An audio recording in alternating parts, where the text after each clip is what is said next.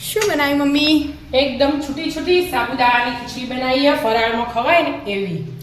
છૂટી છૂટી તો ખાઓ. જો ઉપરથી દાડમ નાખવાની અને સાથે દહીં. દહીં ગોળી બનાવી હો, સાકરનો ભૂકો નાખી. ખીચડી તો જોરદાર બનાવી છે. જોરદાર એકદમ છૂટી હોય છે. એક એક દાણો કેવી રીતે બનાવી? હે શીખવાડું તાર હેડો. એનું આજે બનાવવાની ફરાળમાં ખવાય ને એવી સાબુદાણાની ખીચડી. અને ખીચડી બે ટાઈપમાં બનાવ. એક એકદમ કોરી કોરી બનાવ અને એકદમ રસાવાળી એ બનાવ. આજે આપણે કોરી બનાવીશું. 2 કલાક પહેલા હું આ ડબ્બામાં 1 વાટકી સાબુદાણા અને 1 ગ્લાસ પાણી પલાળી દીધું હતું 2 કલાક પહેલા.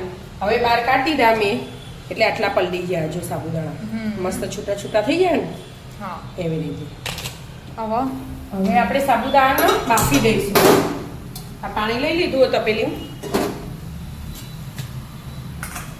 એ મોટું પડી આવતું નહીં એટલા માટે પાણી થોડુંક જ લેવાનું અને 5-7 મિનિટ જ બાફવાના, વધારે નહીં બાફવાના.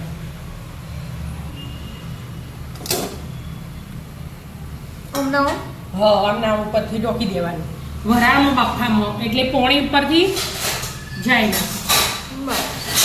આ વરાળથી બફાશે ને એટલે છૂટા રહે એટલા માટે બફા દેવા. હા 6 મિનિટ 5 થી 7 મિનિટ જેવા.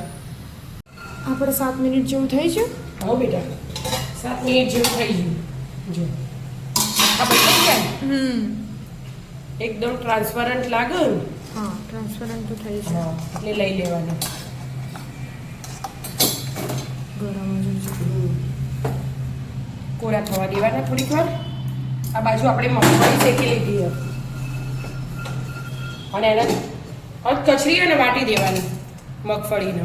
વાટી દેવાની. હા ફોતરા કાઢવા હોય તો કાઢવાના, ના કાઢવા હોય તો કોઈ નહીં. ના કાઢીએ ને તો એ ચાલે એટલા માટે. અને કાઢવા હોય તો કાઢી દેવાના. આપણા લાઈટ કલર હોય ને એટલે ચાલશે. કચરા વાટી લીધા. હા જો પીસી લીધા મેં કચરા. અને હવે આ ને સાબુદાણા એ મોટા ગમે તે વાસણમાં એડ કરી દેવાના. છૂટા છૂટા મસ્ત જ રહે. સાબુદાણા તો આવું થવાનું. એટલે જ ના સિંગદાણાનો જે ભૂકો બનાવે ને આપણે એ બે મિક્સ કરી દેવાના, એટલે એકદમ છૂટા છૂટા મસ્ત બને ખીચડી.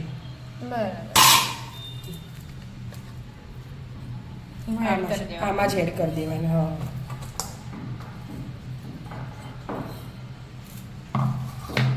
બધું મિક્સ કરી લેવાનું. હા છૂટા થઈ જશે એક એક દાણો. જો થવા માંગે ને એ ચીકાશ ને સાબુદાણાની ઓછી થઈ જાય. સિંગનો ભૂકો અડે ને એટલે બરાબર એટલા માટે. મસ્ત બે મિક્સ થઈ ગયું કે મમ્મી? ખબર જ નહીં પડતી કોઈ. મોતીના દાણા જેવું લાગે ને. હા એવું તો લાગે. એટલા માટે ગેસ ચાલુ કરી દીધો મેં. અને ઘીમાંય બનાવાય, તેલમાંય બનાવાય. આપણે ઉપવાસમાં જમ ખાતા હોય ને એમ બનાવવાનું. આ તો ઉપવાસ નહીં હોય એટલે મેં ઘી લઈ લીધો. ઘીને ગરમ થવા દો અને ઝીણું ઝીણું બટાકું એક સમાર દીધું. બટાકું બાફીને લેવાય, પણ આવી રીતે ઘીમાં શેકેલું હોય એનો સ્વાદ અલગ આવે. એટલા માટે મેં કાચું લીધું. હવે વઘારીને ચડવા દઈશું આપણે એના. એટલે બધાને ઘેર બધા બનાવતા જ હોય સાબુદાણાની ખીચડી તો, પણ આ તો બધા રેસીપી માંગતા હતા ને કે રેસીપી આપો, રેસીપી આપો, તમે કેવી રીતે બનાવો. આપણે પેલી રીલમાં કમેન્ટ આવી હતી એટલે બનાવી દીધી. એટલે મેં કીધું લાયા છે આપી દઉં. એટલે ગરમ થવા દો. થઈ જ લાગો. ઘી ગરમ થયું. હા જો જીરું એડ કરી દીધું મેં. અને હું પહેલા બટાકું ધોઈને લઈ લીધું એ એડ કરી દીધું. હલ્દીમાં ગેસે બટાકાને ચડવા દેવાનું. બટાકા ચડી ગયા આપણે. હો બેટા જો આમ કરીએ એટલે બધા ચડી જાય. એવા એકદમ ચડવી દેવાના. સાબુદાણા તો બફાઈને ચડી ગયેલા જ છે. અને એમાં આપણે થોડા સિંગદાણા ઘીમાં જ એડ કરી દઈશું એટલે મસ્ત થઈ જાય. આપણને ભાવતા હોય એ પ્રમાણે એડ કરવાના. 2 લીલા મરચાં તીખા એ એડ કરી દેવાના. મીઠો લીમડો હવે એડ કરવાનો એટલે એનો ટેસ્ટ સારો આવે. અને આદુ ઝીણું એકદમ કટિંગ કરીને.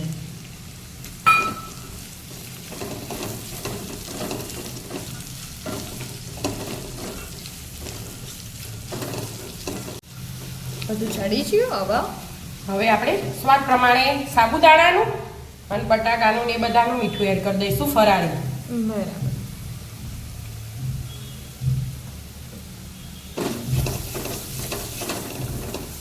હવે આપણે આ એડ કરી દઈશું અંદર. છૂટું છૂટું મસ્ત. છોટું છોટું મસ્ત છે.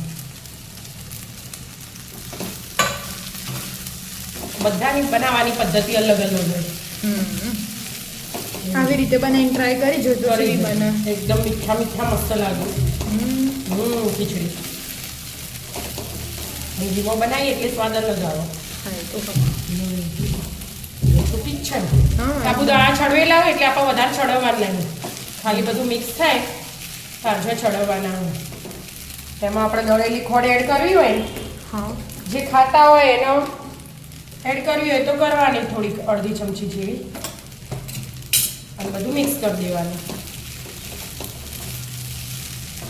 મસ્ત છૂટી છૂટી થઈ ને એકવાર એમને ઉપવાસ ના હોય તો એમને બનાવીને ખાજો, મસ્ત લાગે. હવે આપણે એકદમ અલગ સ્વાદ માટે અડધું લીંબુ એડ કરી દઈશું.